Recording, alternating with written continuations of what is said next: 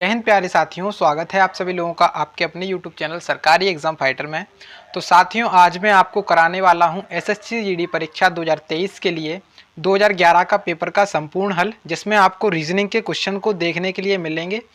ये आप लोग मान सकते हैं कि आपका एक प्रैक्टिस सेट चल रहा है, तो आप लोगों को एक एक क्वेश्चन को सॉल्व करना है, जिससे कि आपको एग्जाम में बेनिफिट मिल सके। तो चलिए हम शुरुआत करते हैं आज के वीडियो की। तो देखिए, आज का हमारा पहला क्वेश्चन आपके सामने स्क्रीन पर दिया हुआ है, जिसमें कह रहे हैं सुहास ने पूरब की ओर 15 किलोमीटर की यात्रा की, फिर उत्तर की ओर घूमकर 15 किलोमीटर की यात्रा की, फिर पश्चिम की ओर घूमकर उसने 15 किलोमीटर की यात्रा की। वह प्रारंभिक स्थान से कितनी दूरी पर स्थित है? यहाँ पे इस क्वेश्चन का आंसर कैसे निकालेंगे? तो सबसे पहले आपको मैं बता दूं कि आप लोग जैसे दिशाएं जानते हैं, तो इधर होती है अपनी पूर्व दिशा, इधर होती है पश्चिम, इधर होती है उत्तर और इधर होती है दक्षिण। ठीक है, तो ये अपनी चार दिशाएं होती हैं। तो चारों दिशाएं आप सभी लोग जानते हैं। अब कह रहे हैं हमसे क्वेश्चन में कि पूरब की ओर 15 किलोमीटर चलता है, यानी कि इस दिशा में कितना चला? 15 किलोमीटर इस दिशा में चला। उसके बाद कह रहे हैं फिर उत्तर की ओर घूमकर उसने 15 किलोमीटर की यात्रा की। अब इधर की साइड चला है उत्तर की तरफ और 15 किलोमीटर की यात्रा यहाँ पे की उसने। फिर कह रहे हैं कि फिर से उसने पश्चिम की ओर घूमकर, अब देखिए पश्चिम यहाँ पर है इस तरफ, तो पश्चिम की तरफ घूमकर उसने कितने किलोमीटर की यात्रा की? फिर से कितनी ही की? 15 की। अब अगली स्टेप में हमसे कह रहे हैं कि अब यात्रा की है वह प्रारंभिक स्थान से कितनी दूरी पर स्थित है। अब देखिए उसने यहाँ से स्टार्ट की थी और यहाँ पे पहुँच गया है। यहाँ की दूरी बराबर होनी चाहिए, तो इतनी अगर 15 है तो ये वाली भी 15 होगी, तो यानी कि 15 किलोमीटर की दूरी पर स्थित है। यानी कि जहाँ से उसने स्टार्ट किया था वहाँ से कितनी दूरी पर स्थित है? 15 किलोमीटर की दूरी पर स्थित है। आंसर हो जाएगा इसका ऑप्शन नंबर पहला। देखिए, अब नेक्स्ट क्वेश्चन आपसे क्या पूछा गया है। नेक्स्ट क्वेश्चन में आपसे पूछा गया था निम्नलिखित विकल्पों में से वह शब्द चुनिए जो दिए गए शब्दों के अक्षरों का प्रयोग करके नहीं बनाया जा सकता है। यहाँ पे एक शब्द दिया गया था, ये आपके सामने एक शब्द दिया गया है, इसके अक्षरों का यूज़ करके, इसके लेटर्स का यूज़ करके ऑप्शंस में से हम कौन सा शब्द नहीं बना सकते हैं, तो वो देखते हैं। तो इसका आंसर क्या होगा? इसका आंसर होने वाला है ऑप्शन नंबर 3। ऑप्शन नंबर 3 कैसे होगा? देखिए, अगर आप लोग देखें इसमें TORCH, तो टी तो आपको यहाँ पे दिख जाएगा। टी इस मतलब जो आपको स्पेलिंग दी गई है, टी उसमें है, आर भी उसमें है और सी और एच दोनों उसमें है। लेकिन अगर आप देखें इसको गौर से, तो इसमें जो ओ है वो ओ नहीं दिख रहा है आपको, तो ओ ही है ना, जो ओ नहीं दिख रहा है वही इसका आंसर हो जाएगा, यानी कि टॉर्च इसका बना नहीं सकते हैं। तो इसमें आंसर क्या हो जाएगा? ऑप्शन नंबर 3 करेक्ट आंसर हो जाएगा। देखिए नेक्स्ट क्वेश्चन, यदि P का अर्थ क्या है? माइनस है, Q का अर्थ गुणा है, R का अर्थ डिवाइड है और S का अर्थ क्या है? S का अर्थ है प्लस। तो दिए गए समीकरण का मान निकालिए। तो सबसे पहले इस इक्वेशन को लिख लेंगे। तो पहले 14 है, उसके बाद जो Q है, Q का अर्थ क्या है? Q का अर्थ है गुणा, यहाँ पे 3 से गुणा हो जाएगा और उसके बाद लिखा है P का मतलब क्या है? माइनस है, माइनस 12 हो जाएगा। S का मान क्या है? S का मान है प्लस, यहाँ पे 4, और R का मतलब क्या है? R का मतलब है डिवाइड और यहाँ पे 2। तो अब देखिए यहाँ पे आप लोग जानते हैं कि जो बोर्ड मास नियम होता है वो लगता है। तो सबसे पहले इसमें डिवाइड हो जाएगा, कितना बचेगा? यहाँ पे बचेगा 2 और यहाँ पे मल्टीप्लाई हो जाएगा, तो कितना हो जाएगा? 14 3 होता है 42 माइनस 12 प्लस 2। तो इस तरीके से ये इक्वेशन तैयार हो गई। अब देखिए 42 में से अगर 12 जाएगा तो कितना बचेगा? पहले ऐसे घटा सकते हैं आप लोग, या फिर पहले 42 में 2 जोड़ लें और उसमें से 12 घटा दें। तो 42 में अगर 2 जोड़ा जाएगा तो हो जाएगा 44। 44 में से अगर हम 12 घटाएंगे, 44 में से अगर 12 घटाएंगे तो कितना बचेगा? यहाँ पे बचेगा 32। और 32 आंसर कौन सा है? 32 आंसर है इसका option number 2। Option number 2 correct answer हो जाएगा इसका 32। ठीक है, चलिए अब देखिए नेक्स्ट क्वेश्चन। नेक्स्ट क्वेश्चन आपसे बोला गया है, निर्देश क्या दिया गया है इसके लिए? निम्नलिखित प्रश्न में दिए गए विकल्पों में से लुप्त अंक ज्ञात कीजिए। लुप्त अंक का मतलब यहाँ पे आपको जो क्वेश्चन मार्क नहीं लगाया है इन्होंने, लेकिन यहाँ पे जो आपको खाली जगह दिख रही है इसके स्थान पे अंक बताना है। तो इसका लॉजिक क्या है वो देखते हैं। तो सबसे पहले जैसे आपने देखा यहाँ पे 3 लिखा है, यहाँ पे बीच में लिखा है 15 और यहाँ पे बीच में लिखा है 5 लास्ट में। ठीक है, उसके बाद यहाँ पे 5 लिखा है, यहाँ पे 35 लिखा है, यहाँ पर 7 लिखा है। तो बहुत ही आसान सा लॉजिक लगाया है इसमें। पहले इतने ही आसान क्वेश्चन पूछा करती थी एसएससी, यानी कि ये पेपर जो 2011 का पेपर हम सॉल्व कर रहे हैं, तो इतने ही आसान पेपर को पूछा करती थी एसएससी। तो इसमें इन्होंने बस कुछ नहीं किया है, ये वाला और ये वाला को आपस में मल्टीप्लाई कर दिया है। देख सकते हैं आप लोग, 3 × 5 करेंगे कितना हो जाएगा? 3 × 5 करेंगे तो 15 हो जाएगा और 15 को बीच में लिख देंगे। उसी प्रकार से 5 × 7 करेंगे तो 5 सत्ते होता है 35, तो बीच में लिख दिया 35। अब देखिए 9 यहाँ पे लिखा है, कहाँ पे लिखा है, 9 यहाँ पे लिखा है इस वाली लाइन में, और इस वाली लाइन में 5 लिखा है, तो यहाँ पे हमें बताना है। तो 9 × 5 कितना हो जाएगा, 45 हो जाएगा, यानी कि जो क्वेश्चन मार्क है यहाँ पे क्या आ जाएगा, 45 आ जाएगा। तो ऑप्शन कौन सा इसका करेक्ट आंसर हो जाएगा, ऑप्शन नंबर 4 करेक्ट आंसर हो जाएगा इस प्रश्न का। ठीक है, चलिए अब देखो क्वेश्चन नंबर आपके सामने नेक्स्ट आ चुका है, जिसमें आपसे बोला गया है नीचे एक शहर का नाम दिया गया है और एक तिथि दी गई है। नीचे एक शहर का नाम और एक तिथि दी गई है, यानी कि त्रिवेंद्रम दिया गया है। ये क्वेश्चन में आपको दिया गया है त्रिवेंद्रम, अगस्त 21, 2008। अब उसके बाद ये कहा गया है हमसे कि उसके बाद दिए गए 4 विकल्पों में से केवल एक ही उसके साथ मिलता है, जबकि अन्य कुछ गलतियां हैं, तो वह विकल्प चुनिए जो उसके साथ मिलता है। तो सबसे पहले आप लोग देखिएगा कि इसमें जो त्रिवेंद्रम है इसके लेटर्स सभी क्या हैं, सभी कैपिटल लेटर्स में लिखे हैं। तो त्रिवेंद्रम के सभी कैपिटल लेटर्स कौन से ऑप्शन में नहीं है उसको पहले हटाएंगे हम। तो इसको हमने हटा दिया ऑप्शन नंबर 2 को, क्योंकि इसमें सभी लेटर्स कैपिटल में नहीं है। अगस्त के भी देखेंगे तो हम अगस्त के कैपिटल लेटर इसमें भी नहीं है, तो इसको भी हटा देंगे ऑप्शन नंबर 4 को। अब देखेंगे यहाँ पे अगस्त के बाद 31 2008 लिखा है, तो अगस्त के बाद 31 है, 31 के बाद अगस्त नहीं है, तो ये वाला भी ऑप्शन चला जाएगा। तो ऑप्शन नंबर बचेगा तीसरा वाला, त्रिवेंद्रम, अगस्त 31 2008। तो ये पूरा मैच कर रहा है अपने क्वेश्चन से, इस वजह से राइट आंसर क्या हो जाएगा, ऑप्शन नंबर 3 इसका राइट आंसर हो जाएगा। अब देखो नेक्स्ट क्वेश्चन, तो ये क्वेश्चन काफ़ी ज़्यादा इंपॉर्टेंट क्वेश्चन भी है और ये क्वेश्चन आपका रिपीट होने की संभावनाएं भी हैं। इसमें आपको ये बताना है कि इस आकृति में, जो आपको एक आकृति दी गई है, इसमें आपको त्रिभुजों की संख्या बतानी है कि इसमें कितने त्रिभुज हैं। तो सबसे पहले अगर आप देखिएगा कि मैं आपको एक कॉन्सेप्ट बताता हूँ। तो जैसे आपके सामने एक आकृति दिखे इस प्रकार से, ठीक है, इस प्रकार की आपके सामने एक त्रिभुज दिखे और उसमें अगर बीच में से लाइन डाली जाए, तो उसमें टोटल त्रिभुज कैसे होंगे, तो आपको वो निकालने की ट्रिक बताता हूं। जैसे कि आपने देखा यहाँ पे इसमें लाइन डाली गई 1, तो आप इसको गिनती लिख लेंगे 1 और 2। अब इनको आपस में जोड़ देंगे तो 1 और 2 कितना हो जाएगा, 3 हो जाएगा। अब इसमें जो आकृति आपके सामने है इसमें कितने त्रिभुज हैं, 3 त्रिभुज हैं। अब वो मैं आपको गिनाने वाला हूं। तो एक तो इधर के साइड वाला हो गया छोटा वाला, ठीक है, और एक छोटा वाला इधर के साइड वाला हो गया, तो 2 हो गए, और एक बड़ा वाला हो गया ये वाला, यानी कि 3 त्रिभुज इस प्रकार की आकृति में बनते हैं। अगर वहीं आपसे मतलब यही आकृति दे दी जाए और उसमें 2 लाइनें खींच दी जाए यहाँ से इस तरीके से, तो अब क्या करेंगे, इसमें फिर से गिनती लिख लेनी है 1 2 और 3। अब गिनती लिख ली हमने, अब इसमें क्या करना है, इसमें फिर से इनको आपस में जोड़ देना है। तो 1 और 2 3 और 3 कितने हो जाएंगे, 6। इस आकृति में त्रिभुजों की संख्या हो जाएगी 6। तो ये तो कॉन्सेप्ट था। अब यहाँ पे आपको आकृति देख रही है, इस वाले में आपको बताना है कि कितनी आकृति हैं। तो आपको एक आकृति यहाँ पे वैसी मैंने आपको बताई थी, उसमें आकृति दिख रही है, तो इसमें कितने होंगे, 3 इसमें होंगे, 3 इधर के साइड वाली में होंगे, और 3 इधर के साइड वाली में होंगे, और 3 इधर के साइड वाली में होंगे। तो अब देखते हैं कि इस आकृति में कितने त्रिभुज हैं। तो 3 एकम 3, 3 दूनी 6, 3 त्रिक 9 और 3 चौके 12। 12 त्रिभुज तो ये हो गए छोटे छोटे। उसके बाद अगर आप देखें कि बड़ी वाली जो अपना त्रिभुज है उसमें भी तो 1 और 2, यहाँ पर भी कितने बनेंगे, 3। तो 12 और 3 कितने हो गए, 12 और 3 हो गए 15। 12 3 हो गए 15, लेकिन 15 हमारा करेक्ट आंसर नहीं है। कुछ लोग यहीं पे आंसर इसका लगाने वाले हैं, लेकिन 15 इसका आंसर नहीं है। तो अब हम देखें कि इसमें और कौन से त्रिभुज बन सकते हैं। तो एक त्रिभुज अपना ये वाला बनेगा, जो कि हमने अभी इसको जोड़ा नहीं था। तो एक त्रिभुज ये इधर के साइड वाला और एक त्रिभुज ये वाला बनेगा। तो कितने त्रिभुज और हो गए, तो 2 त्रिभुज और जुड़ गए, यानी कि 15 और 2 कितना हो जाएगा, 17 हो जाएगा। 17 इसका करेक्ट आंसर है।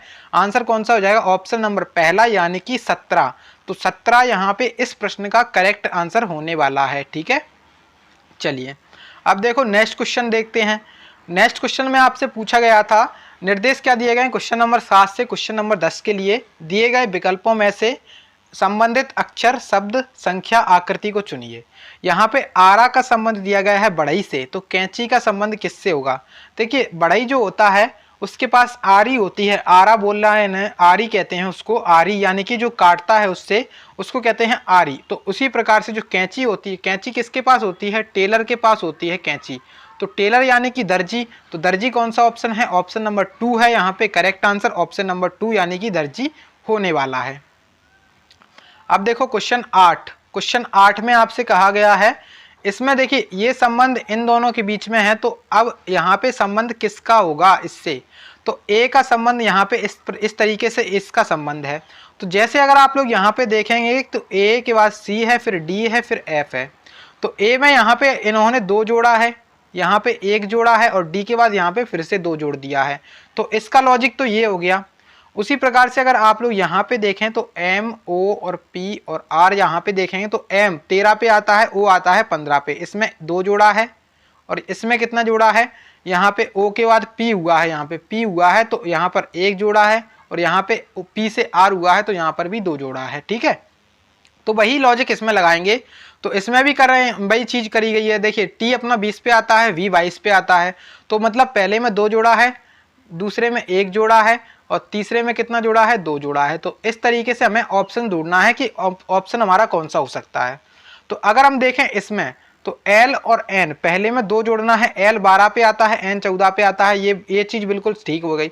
लेकिन अगर बीच वाले की बात करें तो N 14 पे, P 16 पे, तो ये गलत हो गया क्योंकि इसमें 2 जोड़ दिया है बीच में। अगर सेकेंड ऑप्शन उठाएं हम तो P R S U, तो यहाँ पे अगर देखेंगे हम P 16 पे, R 18 पे, तो इसमें 2 जोड़ दिया है। R के बाद S आता है, इसमें 1 जोड़ा है, S के बाद S 19 पे आता है, U 21 पे आता है, तो इसमें भी 2 जोड़ दिया है। मतलब ये हमारा जो लॉजिक है वो इसमें काम कर गया है। तो आंसर क्या हो जाएगा, यही आंसर हो जाएगा ऑप्शन नंबर 2 यानी कि PRSU। ठीक है, तो आंसर क्या हो गया इसका, ऑप्शन नंबर 2 आंसर हो गया। अब देखो नेक्स्ट क्वेश्चन देखते हैं। नेक्स्ट क्वेश्चन आपके सामने है। नेक्स्ट में आपसे 5 का संबंध दिया गया है 30 से, और 7 का संबंध पूछा है किससे होगा। तो अगर आप इसको ध्यान से देखेंगे कि 5 का संबंध 30 से कैसे हो सकता है, तो 5 का अगर हम 6 से मल्टीप्लाई करते हैं तो कितना आता है, 30 आता है, यानी कि 5 के बाद क्या आता है, 6 आता है। तो भाई उसका हमने कर दिया मल्टीप्लाई, और उसका आंसर क्या आ गया, 30 आ गया, जो कि इन्होंने यहाँ पे लिख दिया। उसी प्रकार से अगर हम 7 को देखें तो 7 के बाद क्या आता है, 7 के बाद 8 है, 8, तो इसका अगर मल्टीप्लाई कर देंगे तो 7 8 कितना हो जाएगा, 56 हो जाएगा। तो 56 कहाँ पे लिखेंगे हम, 56 लिखेंगे इस जगह पे। तो 56 कौन सा ऑप्शन है, ऑप्शन नंबर 4 है। करेक्ट आंसर क्या होगा, ऑप्शन नंबर 4 करेक्ट आंसर होगा इस क्वेश्चन का। ठीक है, तो आई होप कि आप सभी लोगों ने इस क्वेश्चन को सॉल्व किया होगा और आंसर भी टिक किया होगा इसका। अब देखिएगा नेक्स्ट क्वेश्चन। देखिए अब नेक्स्ट क्वेश्चन आपके सामने, इसमें आपसे बोला गया है निम्न प्रश्न की आकृतियां हैं। यहाँ पे इन जो आकृति आपके सामने पहली और दूसरी दी गई है, इसका संबंध जो है वो यहाँ पे इन दोनों आकृतियों में से क्या होने वाला है। तो जैसे ही आप इसको गौर से देखेंगे तो पहले यहाँ पे एक डार्क सर्कल था, वो अब डार्क स्क्वायर बन गया है। तो अब हमें यहाँ पे देखिए, यहाँ पे डार्क सर्कल है तो यहाँ पे बीच में ही डार्क स्क्वायर होगा। तो डार्क स्क्वायर किस में है, कौन से ऑप्शन में है, इसमें तो देखिए सर्कल है, इसमें भी सर्कल है, और इसमें देखिए साइड में कर दिया है, जबकि हमें चाहिए कहाँ पे, बीच में चाहिए। तो ऑप्शन 2 यहाँ पे करेक्ट आंसर है। सारे ऑप्शन हमारे चले जाएंगे, एक ऑप्शन बचेगा, ऑप्शन नंबर 2। ठीक है, अब देखो नेक्स्ट क्वेश्चन। नेक्स्ट क्वेश्चन आपसे कह रहे हैं कि दिए गए विकल्पों में से विषम संख्या अक्षरों को आकृति को चुनिए। आपको देखिए यहाँ पे पहला दिया गया है लोहा, सेकंड दिया गया है एल्यूमिनियम, थर्ड दिया गया है लकड़ी, और फोर्थ दिया गया है आपके सामने तांबा। तो इसमें से हम राइट आंसर कैसे बताएंगे, तो इसमें देखते ही हमें पता चल गया कि इसमें राइट आंसर क्या होगा, लकड़ी। क्योंकि अगर आप देखें कि लोहा क्या होता है, एक प्रकार की धातु है लोहा। उसी प्रकार से अगर आप देखें एल्यूमिनियम भी क्या है, एल्यूमिनियम भी धातु है, और तांबा भी क्या है, तांबा भी अपनी धातु है। लेकिन अगर आप देखें लकड़ी को, तो लकड़ी क्या है, एक अधातु है। इस वजह से राइट आंसर क्या हो जाएगा, यहाँ पे विषम संख्या क्या हो जाएगी, विषम अक्षर क्या हो जाएगा, तो हो जाएगा ऑप्शन नंबर 3 यानी कि लकड़ी। ठीक है, अब देखो नेक्स्ट आपके सामने है। नेक्स्ट में आपको यहाँ पे फिर से बताना है कि इसमें से विषम कौन सा है। तो विषम अगर आप जानेंगे, इसको ऑप्शन को देखते हैं, पहला ऑप्शन, दूसरा ऑप्शन, तीसरा ऑप्शन, चौथा ऑप्शन। तो सबसे आसान तरीका ये है, तो आप लोग इस तरीके से यहाँ पे कैसे सॉल्व कर सकते हैं। के अपना कितने नंबर पे आता है, के आता है 11 पे, जे आता है 10 पे। तो यहाँ पे कितना घटाया गया है, 1 घटाया गया है, तो मतलब पहले में 1 घटा दिया है। उसी प्रकार से जी 7 पे, एफ 6 पे, तो इसमें भी 1 घटा दिया है। तो इन दोनों का लॉजिक बिल्कुल सेम है। उसी प्रकार से टी 20 पे, एस 19 पे, तो इसमें भी 1 घटा दिया गया है। तो मतलब इनका तीनों का लॉजिक सेम है।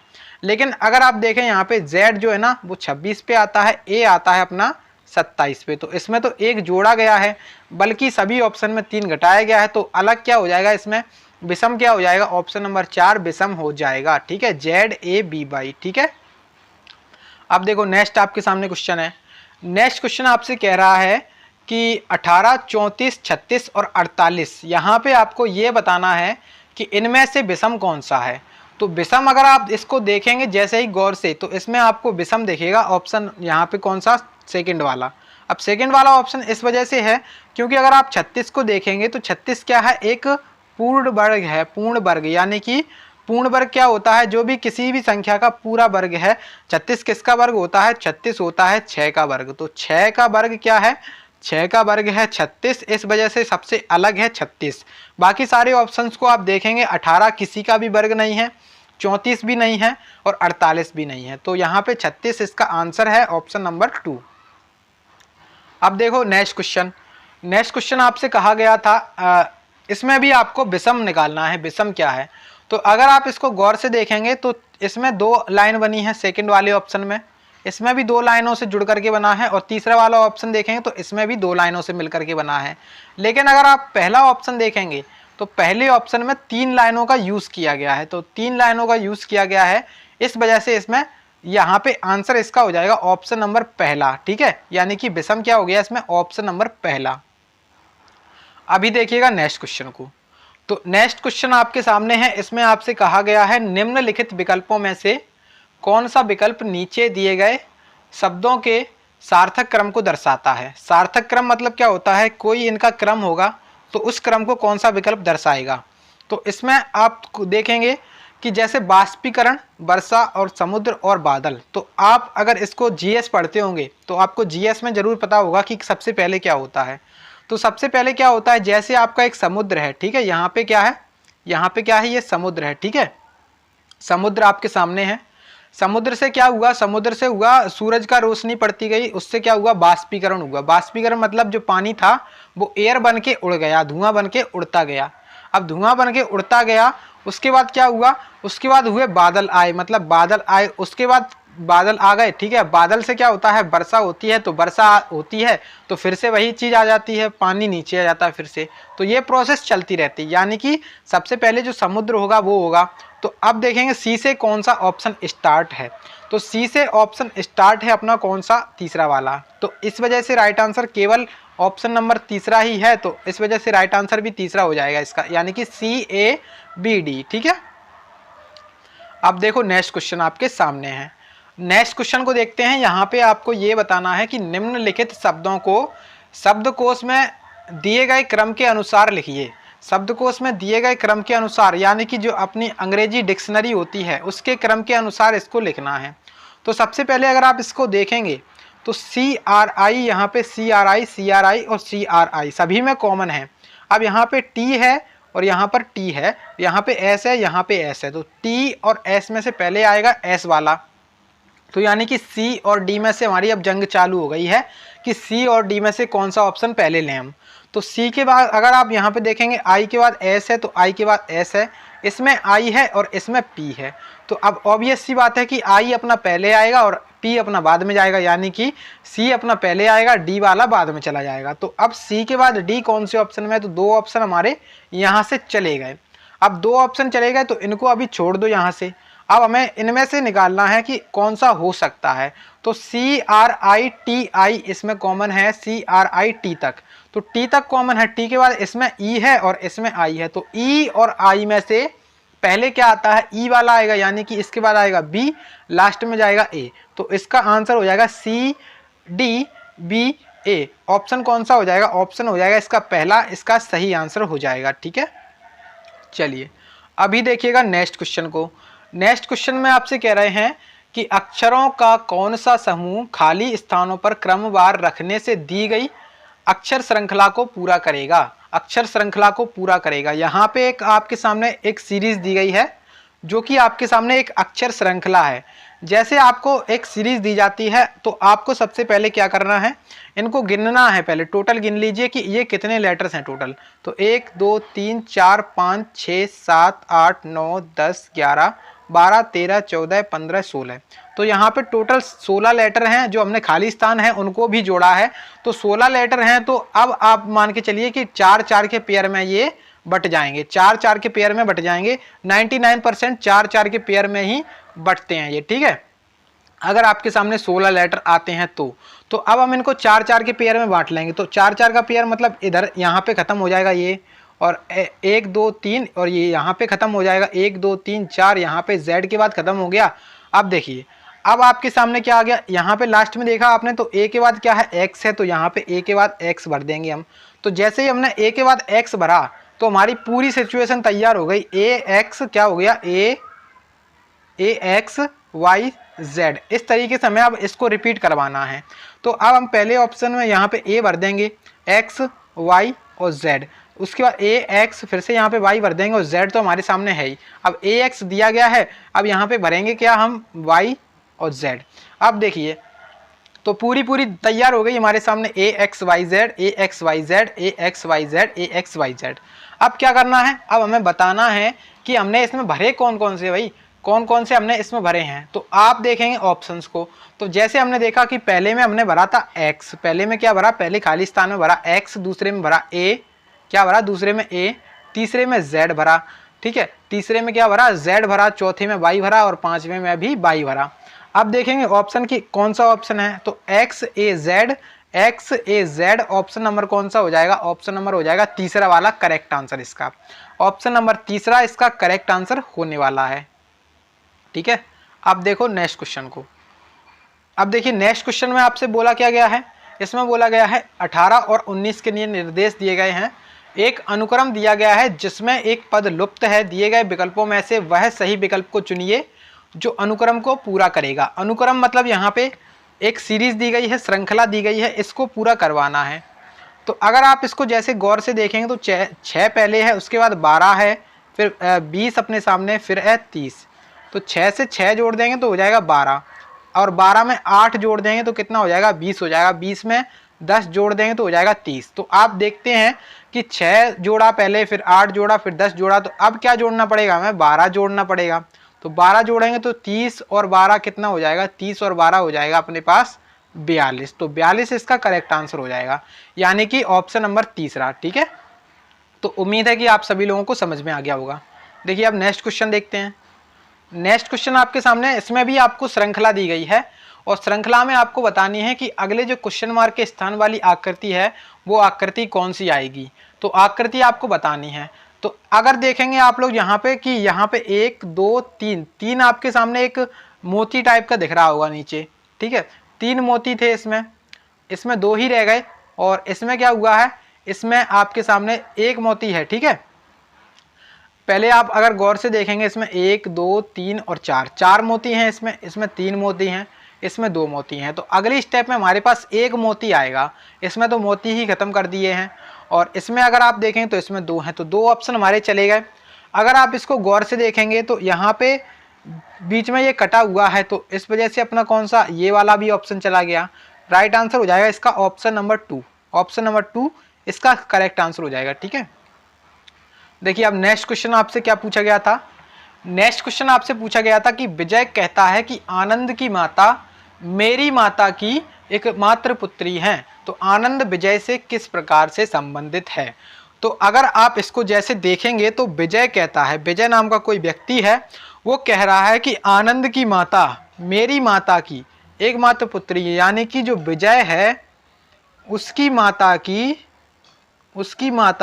एकमात्र पुत्री कौन है, एकमात्र पुत्री कौन है, एकमात्र पुत्री हैं जो आनंद की माँ है, आनंद की माँ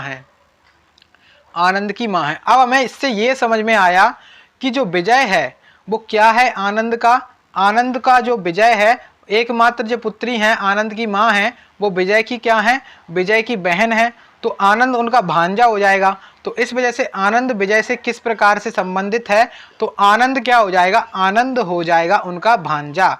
तो इस वजह से राइट आंसर हो जाएगा ऑप्शन नंबर तीसरा। अब देखिए क्वेश्चन 21, ये पुराना पैटर्न है, आपके पहले 25 क्वेश्चन पूछे जाते थे इस वजह से।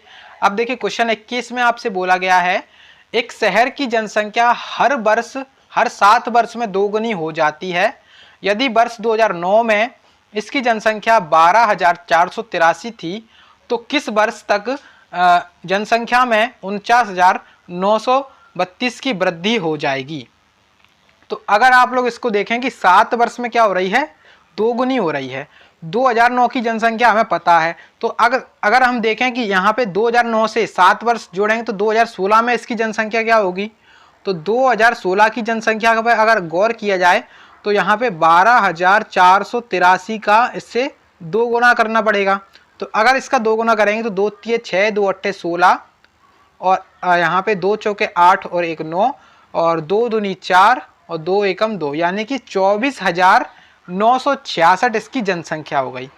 अब कह रहे हैं कि 49,000 हमें करके लेकर के आनी है। तो एक बार फिर से देख लेते हैं हम, 16 और 7 कितना हो जाएगा, 2023, यानी कि अब 2023 में फिर से डबल हो जाएगी। अब फिर से डबल हो जाएगी तो 24,966 का फिर से हमें डबल करना पड़ेगा। अब ये बात कब की है, 2023 की बात है, ठीक है। तो 2023 की बात है तो 6 दूनी हो गया 12, यहाँ पे 6 दूनी 12 और 1 13 और 2 ने में 18 और 1 19, 2 चौके 8 और 1 9 और यहाँ पे अगर आप देखेंगे 2 दूनी 4, तो आपको पता चला कि यहाँ पे 49,932 जनसंख्या कब हो गई, 2023 के बाद हो गई। तो 2023 के बाद हो गई, तो इस वजह से करेक्ट आंसर क्या होगा, इसका आंसर 2023 नहीं होगा, क्योंकि 2023 के बाद हुई है तो 2030 तक हो जाएगी, यानी कि इसका आंसर हो जाएगा ऑप्शन नंबर तीसरा, ठीक है। अब देखो नेक्स्ट क्वेश्चन को। तो क्वेश्चन 22 आपके सामने है। आपसे कह रहा है क्वेश्चन की पी क्यू आर और एस 4 मित्र हैं, पी क्यू आर और एस 4 मित्र हैं, लंबाई पी क्यू से छोटा है। लंबाइयों में यहाँ पे क्वेश्चन पूछा गया है कि सबसे लंबा छोटा कौन सा है। तो अगर हम देखें कि पी क्यू से छोटा है लेकिन आर से लंबा है, मतलब जो पी है वो क्यू से छोटा है, क्यू से छोटा है लेकिन किससे लंबा है, आर से लंबा है। अगले स्टेप में कह रहे हैं कि जो एस से छोटा है, यानी कि जो का मतलब क्या होता है, जो का मतलब होता है सेकंड वाला व्यक्ति, यानी कि आर जो है ना एस से छोटा है, यानी कि अब यहाँ पे क्या आएगा, अब यहाँ पे एस आ जाएगा और यहाँ पे आर आ जाएगा। अब हम कह रहे हैं क्वेश्चन पूछा गया है कि उन सभी में लंबाइयों में सबसे छोटा कौन है। तो अगर आप देखेंगे कि सबसे बड़ा कौन है, यहाँ पे सबसे बड़ा है Q, उससे छोटा कौन है P, फिर उससे छोटा S और सबसे छोटा यहाँ पे R। तो आंसर क्या हो जाएगा, आंसर हो जाएगा यहाँ पे R इसमें सबसे छोटा है, ऑप्शन नंबर तीसरा करेक्ट आंसर हो जाएगा। अब देखो क्वेश्चन नंबर आपके सामने है 23 नंबर के क्वेश्चन में आपसे पूछा गया है यदि किसी कूट भाषा में जो एडिशन है EDITION, तो एडिशन को 389,389,1965 लिखा जाता है, तो टाइड को कैसे लिखा जाएगा। आप लोग इसमें अगर दिमाग लगाएंगे थोड़ा सा भी तो इसमें आपको पता चलेगा कि इसमें इन्होंने कुछ भी मतलब तोड़ मरोड़ के कुछ भी इसका कोड लिख दिया है और हमें उनमें से ही पूछ लिया है कि टाइड। तो टी का कोड यहाँ पे आप देखेंगे तो टी का कोड क्या है, टी का कोड है अपने पास 1, तो यहाँ पे इसको 1 लिख लेंगे। आई यहाँ पे है और डी है और ई है, तो डी का कोड आप सभी लोग जानते हैं 8 है। आई का कोड क्या है, तो आई का कोड 9 है। तो 198 से अपनी शुरुआत होनी चाहिए, तो 198 से शुरुआत है ऑप्शन नंबर 3 में, सॉरी ऑप्शन नंबर 2 में। 198 से शुरुआत है ऑप्शन नंबर 2 में। करेक्ट आंसर क्या हो जाएगा, ऑप्शन नंबर 2। आगे आप लोग इसको चेक कर सकते हो, ई का कोड क्या है 3 है, तो इस वजह से राइट आंसर क्या हो गया, ऑप्शन नंबर 2। अब देखो क्वेश्चन 24 आ चुका है। क्वेश्चन 24 आपसे कह रहे हैं कि यदि एक कूट भाषा में पैटर्न को इस प्रकार से कूट किया जाता है तो उसी कूट भाषा में यहाँ पे मेंशन को आपसे पूछा गया है, मेंशन का कूट क्या होगा। तो पैटर्न को देखते हैं सबसे पहले, PATTER और N। तो पैटर्न में अगर आप देखें कि यहाँ पे इन्होंने कुछ नहीं किया है, बस रिवर्स अपना लिया है। रिवर्स पैटर्न क्या होता है, रिवर्स पैटर्न होता है जैसे आप लोग देखें कि N अपनी स्टार्टिंग हो रही है N से, उसके बाद R है, फिर उसके बाद E है, फिर T आएगा, फिर से T आएगा, फिर A आएगा, फिर P आएगा, ठीक है। तो इस तरीके से यहाँ पे इन्होंने किया है, मतलब किया कुछ नहीं है, उल्टा कर दिया है। जो शब्द आपके सामने दिया गया था उसको उल्टा कर दिया है। तो अब हमें इसका निकालना है तो बड़े आसानी से निकलेगा। सबसे पहले क्या आएगा इसमें, सबसे पहले एन आएगा, उसके बाद ओ आएगा, उसके बाद टी, उसके बाद क्या आएगा आई आएगा, फिर उसके बाद आएगा टी। तो एन ओ आई टी से कौन सा ऑप्शन स्टार्ट है उसको देखते हैं। तो एन ओ आई टी दो ऑप्शन ये वाले चले गए। तो अब हमें इन दोनों ऑप्शन में जंग लड़नी है कि इन दोनों ऑप्शन में से कौन सा होगा। तो टी के बाद क्या है, यहाँ पे टी के बाद एन है तो इसको एन लिख देंगे। अब देखिए इसमें एम लिख दिया तो ये वाला गलत हो गया, राइट आंसर हो जाएगा ऑप्शन नंबर 3। अब आपको मैं बताता हूँ कि ऑप्शंस कैसे आपको चूज करने हैं एग्जाम में। आपको ऑप्शंस एलिमिनेटर का जो अपना एक रूल होता है उसको अपनाना है। जैसे आपने करने गए सवाल को और आपने उसके ऑप्शंस को उठाया तो आपको ज़्यादा से ज़्यादा कोशिश करनी है कि मैं किसी ना किसी तरीके से इसके ऑप्शंस को एलिमिनेट कर दूं, मतलब ऑप्शंस को हटा दूं। क्योंकि ऑप्शंस अगर एलिमिनेट हो जाते हैं तो हमारे पास वही चीज़ बचती है जो करेक्ट आंसर होती है उसका, ठीक है। तो इस वजह से राइट आंसर इसका हम देख चुके हैं ऑप्शन नंबर पहला। ऑप्शन नंबर पहला नहीं, ऑप्शन नंबर तीसरा इसका करेक्ट आंसर है, ठीक है। चलिए अब देखिए आज का लास्ट क्वेश्चन आपके सामने है जो कि आपके सामने स्क्रीन पे दिया हुआ है। रमेश पश्चिम की ओर 3 किलोमीटर चलता है। जैसे कि मैंने आपको अभी शुरुआत में ही बताया था, जो अपनी ईस्ट होती है इधर की साइड होती है, वेस्ट होती है इधर की साइड, और ऊपर की साइड नॉर्थ होती है, नीचे की साइड होती है साउथ। अब कह रहे हैं कि रमेश अपनी पश्चिम की ओर 3 किलोमीटर चला और फिर अपने बाईं ओर मुड़ करके 2 किलोमीटर चला। तो बाईं ओर मुड़ करके 2 किलोमीटर चला। अब आप देखेंगे यहाँ पे हम शुरुआत करते हैं इसकी। तो पश्चिम की तरफ उसने स्टार्ट किया और 3 किलोमीटर चला। अब इसका बायां इधर के साइड होगा और बायां एक साइड कौन सा चला है, 2 किलोमीटर चला है। अब फिर से कह रहे हैं कि वह चला और अपने दाईं ओर मुड़ता है। अब इसका दायां कौन सी तरफ होगा, तो इसका दायां जो है ना, अगर आप लोग दक्षिण की दिशा में हैं तो दायां हो जाएगा अपना इधर के साइड। और कितना किलोमीटर चलते हैं, 3 किलोमीटर पुनः चलते हैं। आप लोग पुनः चले हैं और उसके बाद कह रहे हैं फिर से दाईं ओर मुड़ा है। अब फिर से दाईं ओर मुड़ा है तो दाईं ओर मुड़ा है और अब इसका दाईं हो जाएगा ऊपर के साइड, और ऊपर के साइड चला है 2 किलोमीटर पुनः। अब यहाँ पे हमें ये चीज बतानी है। अब हम यहाँ पे आ चुके हैं। अब कह रहे हैं कि रमेश अपने प्रारंभिक स्थान से किस दिशा में है। तो उसने स्टार्ट किया था पहले यहाँ पे, पहले हम लिख देते हैं यहाँ से था और अब यहाँ पर है, ठीक है। पहले यहाँ पे था, अब यहाँ पे है। तो ये एक कौन सी दिशा हो गई, पहले यहाँ पे था अब यहाँ पे है, तो इसकी दिशा हो गई अब पश्चिम, यानी कि पहले स्थान से अब वो पश्चिम दिशा में है। यानी कि इसका राइट आंसर हो जाएगा ऑप्शन नंबर 2 पश्चिम, ठीक है। तो ये क्वेश्चंस थे आज के 25 क्वेश्चंस जो कि आपके एसएससी जीडी परीक्षा 2011 में पूछे गए थे। तो उम्मीद है कि आप लोगों को वीडियो अच्छी लगी होगी और साथ ही साथ आप सभी लोगों ने सभी क्वेश्चंस को सॉल्व किया होगा। तो अगर आपको वीडियो अच्छी लगी है तो एक लाइक करिएगा, चैनल को सब्सक्राइब कर लीजिएगा, जिससे आपको और भी नोटिफिकेशंस वगैरह मिलते रहें, अपडेट्स वगैरह मिलते रहें।